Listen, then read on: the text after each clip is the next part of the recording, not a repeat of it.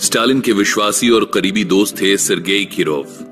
Kirov एक बहुत ही ईमानदार, जुझारू और कर्मठ नेता थे। साथ ही वो स्टालिन के प्रति बहुत वफादार भी थे। 1934 में रूसी अधिकारियों ने किरोव के सामने प्रस्ताव रखा स्टालिन को गद्दी से हटाने का। इसके पीछे कारण था स्टालिन की किसान विरोधी नीतियां। लेकिन किरोव ने इस तख्ता पलट योजना की जानकारी स्टालिन को दे दी। किरोव को बाद में समझ आया, लेकिन ये उनके जीवन की सबसे बड़ी और सबसे महंगी गलती थी।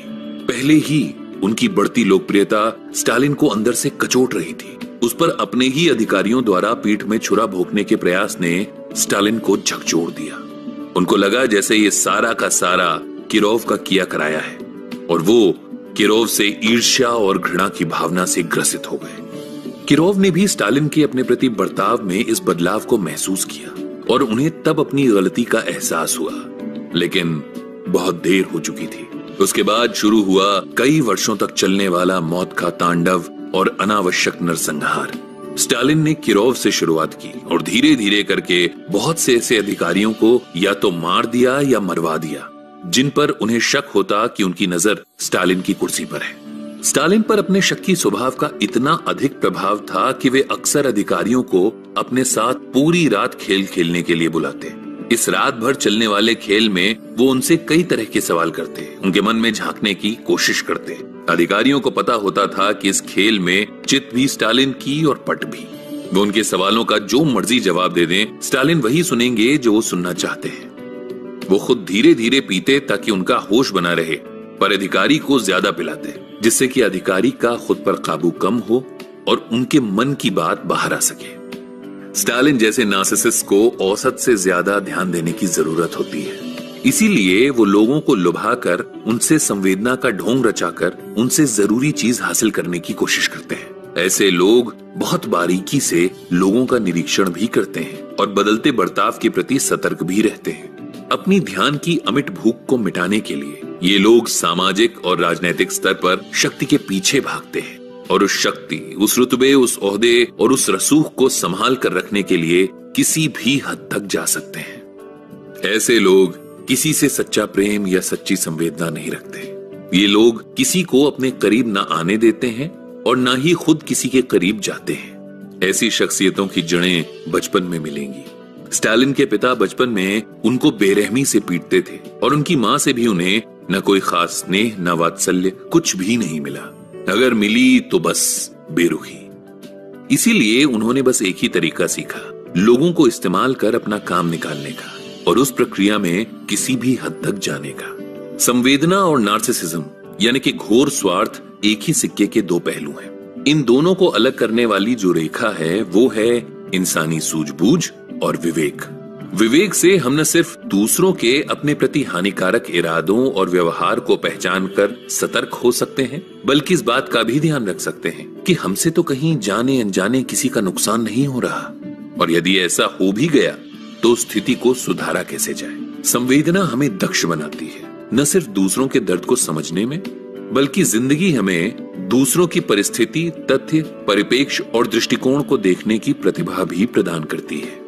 पर सच्ची संवेदना का विकास सरल नहीं है। इसके लिए सबसे पहले अंदर के स्वार्थ और अहम को हराना पड़ता है, और जिसने वो कर लिया वही सज्जन व्यक्ति है। तो दोस्तों, इस भाग में यहीं तक। उम्मीद है आपको मजा आया होगा। अगले आने वाले भागों में हम ऐसी ही और बड़ी सारी बातें करने वाले हैं। तो सुन, और हम चर्चा कर रहे हैं रॉबर्ट ग्रीन की लिखी किताब the laws of human nature की। इस भाग में जिस गुण के बारे में हम बात करने जा रहे हैं वो है संवाद, यानी संचार, और जिसे हम कम्युनिकेशन भी कहते हैं। वैसे तो हम इंसानों के अंदर एक बड़ी अद्भुत शक्ति है जिसे हम कहते हैं भाषा और उसकी समझ। लेकिन क्या आपने कभी इस भाषा के परे सामने वाले के अंदर झांकने की कोशिश की है? जवाब अक्सर ना में ही आता है, या फिर ये सुना जाता है कि हमें तो इसकी जरूरत ही नहीं लगती। पर सच तो ये है कि अगर हम अपने अलावा आसपास के माहौल, उसमें रह रहे लोगों की सच्चाई जानना चाहते हैं, उनके मन में चल रही बातों को जान पाते हैं, तो इससे बहुत सारी कठिनाइयां दूर हो सकती हैं। हम सब जो कहते हैं वो अधिकतर हम कहना नहीं चाहते, और जो कहना चाहते हैं वो नीरस है। इस बात को एक कहानी से समझने की कोशिश करते हैं जिसके नायक का नाम है मिल्टन एरिक्सन। ये एक जानी मानी शख्सियत हैं जिन्होंने हिप्नोथेरेपी और साइकोलॉजी में बहुत नाम कमाया। अगर आप सोच रहे हैं कि ये सब उनकी शिक्षा का नतीजा है, तो आपको बता दूं कि इसके पीछे उनके अपने जीवन का संघर्ष और उनकी खुद की इच्छा शक्ति है। साल 1999 में 17 वर्षीय एरिक्सन को पोलियो ने बिस्तर पर लिटा दिया। खेलने कूदने की उम्र में एक ऐसी बीमारी होना किसी के लिए भी सबसे बड़ी निराशा की बात होती है। डॉक्टरों के मुंह से तो एरिक्सन ने अपने मरने की बात तक सुन ली थी। उनकी मां तो फिर भी इससे बाहर नहीं आ पा रही थी, लेकिन एरिक्सन ने अपनी इच्छा शक्ति से खुद को मृत्यु से बचा लिया। जंग लंबी थी, लेकिन एरिक्सन ने अपनी कमजोरी को अपनी ताकत और जीवन का लक्ष्य बनाया। उन्होंने इस बीमारी में कुछ समय तक अपने चलने फिरने की शक्ति खो दी थी।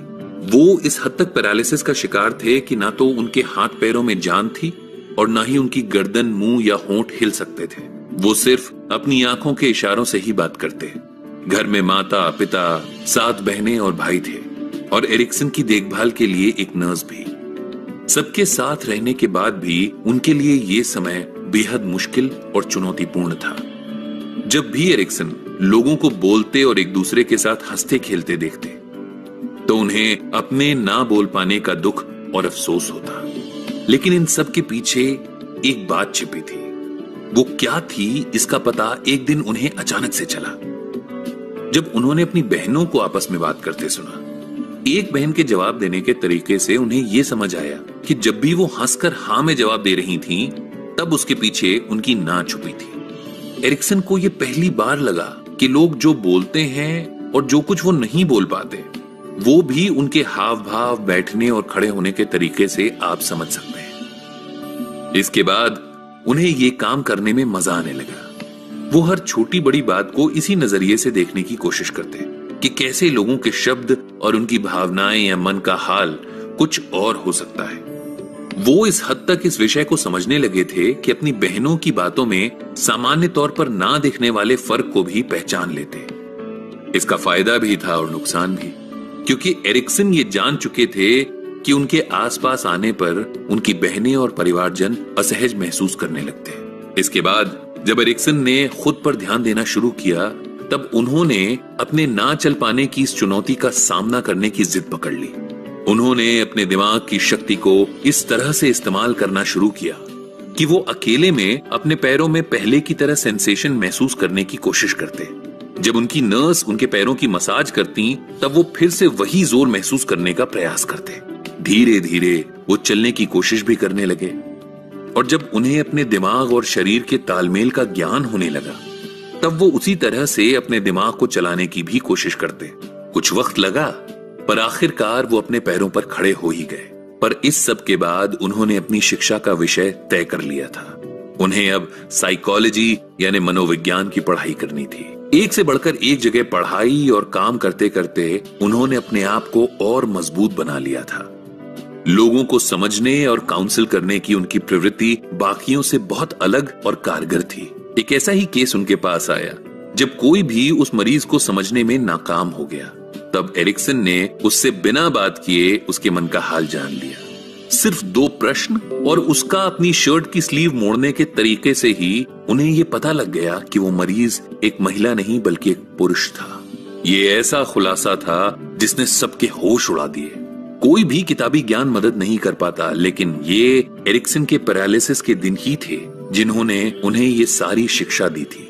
इसी तरह एक और मरीज और उसके डर की असल वजह के बारे में सिर्फ उसके चलने और बैठने के तरीके से वो समझ गए और फिर उसकी मदद की। ये सभी बातें हमें जिस ओर बढ़ाती हैं, उस चर्चा को हम आज कर रहे हैं, वो है रॉबर्ट ग्रीन की लिखी हुई the laws of human nature. पिछले भाग में हमने जाना कि कैसे एरिक्सन ने अपनी कमजोरी को अपनी ऐसी ताकत बनाया जिससे वो लोगों के मन के अंदर और बाहर चलने वाली बातों को आसानी से समझ जाते और उनकी मदद भी कर पाते।